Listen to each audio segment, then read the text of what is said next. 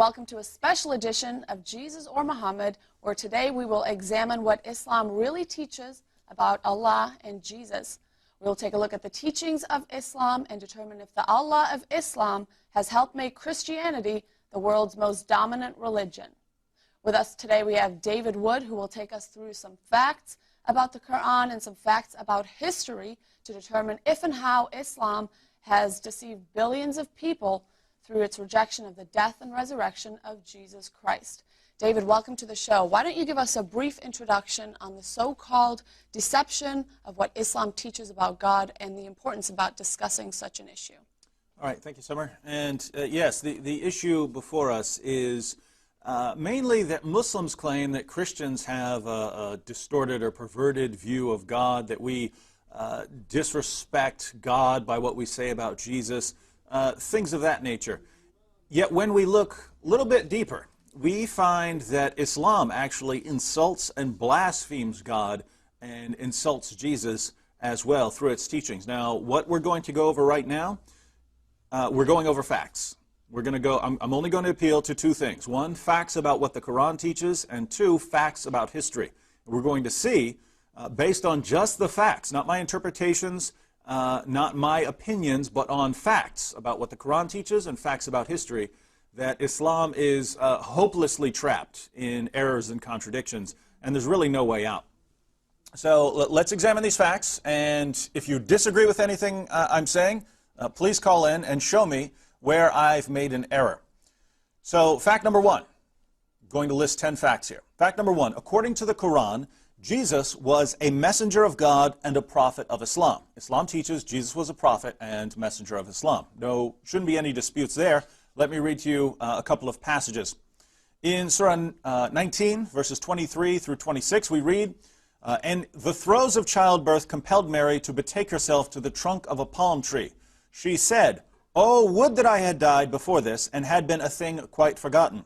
Then the child, Jesus, called out to her from beneath her, "Grieve not, surely your Lord has made a stream to flow beneath you, and shake towards you the trunk of the palm tree, it will drop on you fresh ripe dates. So eat and drink and refresh the eye." Just a few verses later, verses 30 through 33, Jesus says, "Surely I am a servant of Allah. He has given me the book and made me a prophet.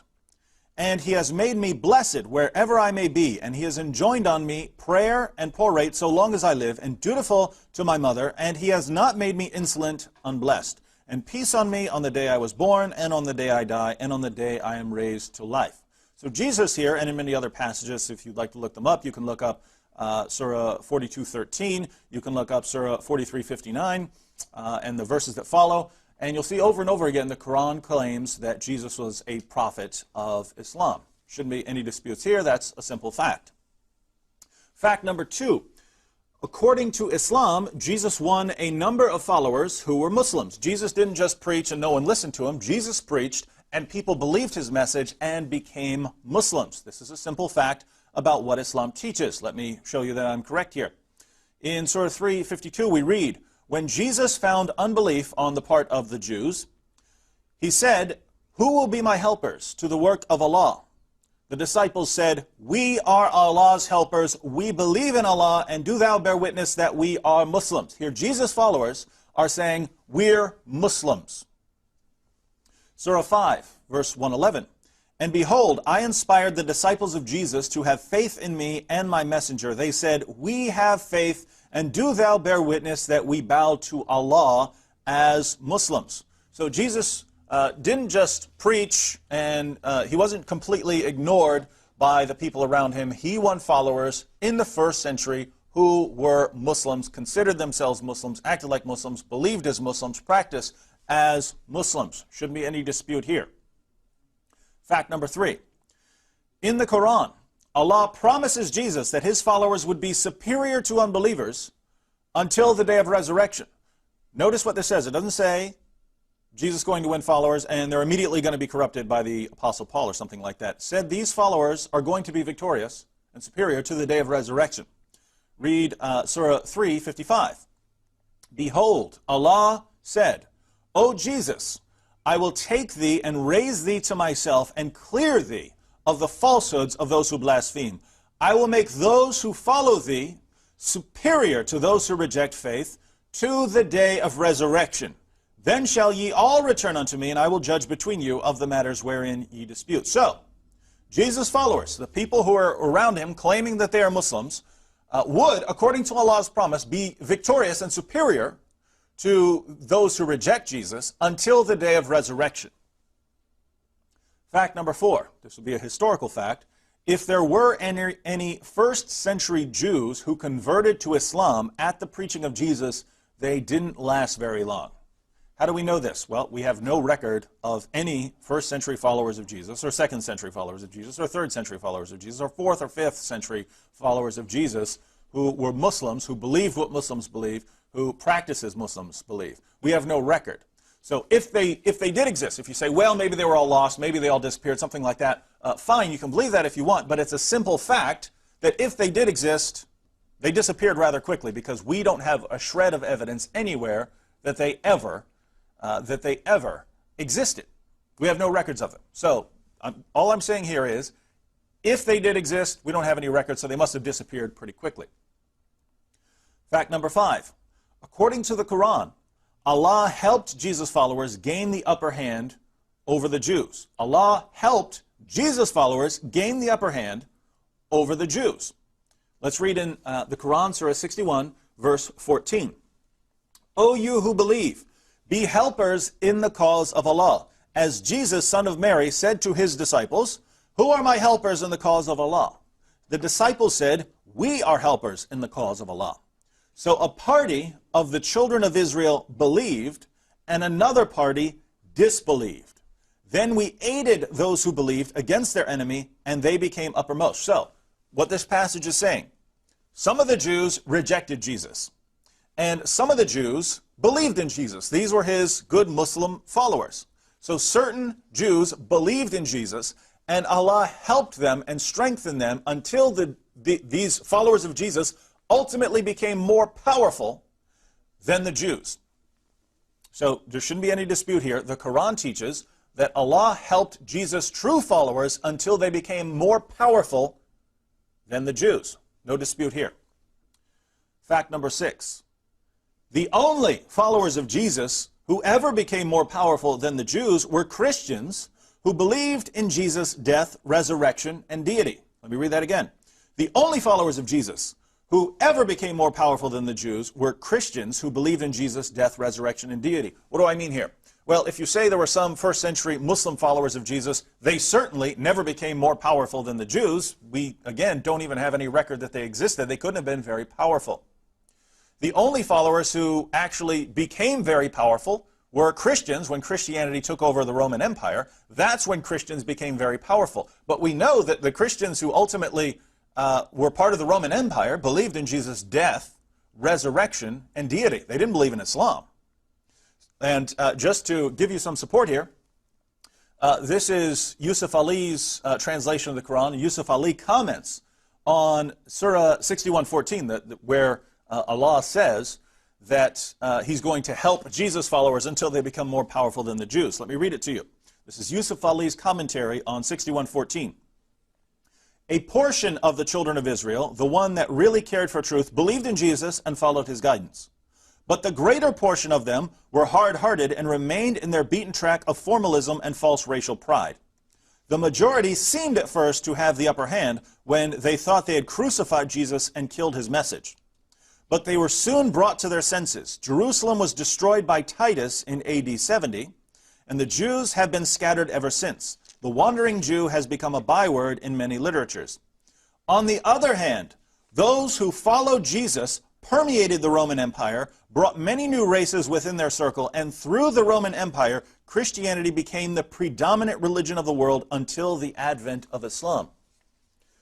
What does Yusuf Ali say about what Surah 61:14 means? He says that when it says that when Allah declares that the followers of Jesus would ultimately overpower the Jews, this is referring to Christians who permeated the world, took over the Roman Empire, and so on. But we know what those Christians were teaching. We have records from them. We have writings from them. We know what the Orthodox position was during that time. They believed in Jesus' death, resurrection, and deity. So, keep in mind here, according to the Quran, pay attention to where we're going, according to the Quran, Allah is strengthening the true followers of Jesus until they become dominant. But the followers who became dominant believed in Jesus' death, resurrection, and deity. So according to Islam, not according to me, according to Islam, Allah strengthened people who believed in Jesus' death, resurrection, and deity until they became dominant over the Jews. So Allah helped people who believe what now is considered shirk. Allah helped them until they took over the Roman Empire and became the world's dominant religion. This is what your religion teaches. Fact number 7. The Quran states that the Injil, the gospel, was given as a guidance. So Allah delivered some message in first century Israel that was a guidance and called the gospel. Read in Surah 3:3. He has revealed to you the book with truth, verifying that which is before it, and he revealed the Torah and the gospel aforetime, a guidance for the people, and he sent the Quran. So Allah revealed the gospel as a guidance for the people. That's a fact according to Islam. Fact number 8. According to the Quran and Hadith, Christians still possess the gospel during Muhammad's time. It wasn't lost, it wasn't changed, it wasn't corrupted. Christians still had it in Muhammad's time. What do we read in the Quran and the Hadith? Let's look at a few passages. Surah 10:94. But if you are in doubt as to what we have revealed to you, this is Allah speaking to Muhammad. Muhammad, if you're doubting, if you're in doubt about these revelations that we're giving you, if you are in doubt as to what we have revealed to you, ask those who read the book before you. Who's this? Christians and Jews. Ask those who read the book before you. Certainly the truth has come to you from your Lord. Therefore you should not be of the disputers. So Allah tells Muhammad, Muhammad, if you're doubting what I'm revealing to you, go to the people of the book, go to the Jews and the Christians and ask them if this is the truth. Well, if Muhammad can go to the Christians and Jews and ask them about what their books teach, obviously they still had the books. If they didn't, if the books had been lost, it would make no sense for Allah to say, go ask the Christians and Jews about what their books teach. Surah 7:157 refers to those who follow the messenger, the unlettered prophet, whom they find mentioned in their own scriptures, in the law and the gospel. It is they who will prosper. So this passage refers to people during Muhammad's time who had the scriptures, the law and the gospel, and could look and find Muhammad in these scriptures. What does this presuppose? It presupposes that they still had the law and the gospel. They still had, the gospel was still available to them. People had it. Surah 5, verse 47. Let the people of the gospel judge by what Allah hath revealed therein. If any do fail to judge by the light of what Allah hath revealed, they are no better than those who rebel. Here, the Quran commands Christians to judge matters based on what they find in the gospel. Well, if Muhammad is standing there in 7th century Arabia saying, you Christians, you better judge by what Allah has revealed in the gospel, this presupposes that they had the gospel, that it was available to them. And this would mean, of course, that the gospel had survived from the 1st century down to the time of Muhammad. So the gospel must have been copied and recopied down to the time of Muhammad.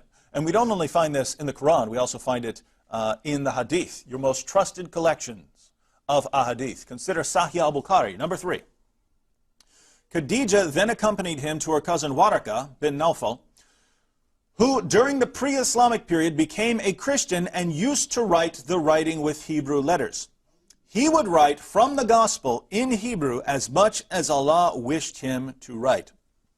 So Khadija's cousin, Waraka, used to write down the gospel. He used to translate the gospel, make copies of the gospel. If he's making copies or translating, this presupposes that he had the gospel, that it was still available in Muhammad's time. So there's no disputing that the gospel still existed in the time of Muhammad. 2 more facts. Fact number 9. If there was a first century gospel fundamentally different from the New Testament gospels, it was corrupted immediately or lost. It must have been. Follow me now. We don't have any gospel for the first 6 centuries that matches with what Islam claims. We don't have it. So the only thing Muslims can say is either it was lost, we just don't have it anymore, it disappeared, or it was corrupted. In other words, what we have in the Bible was originally the gospel,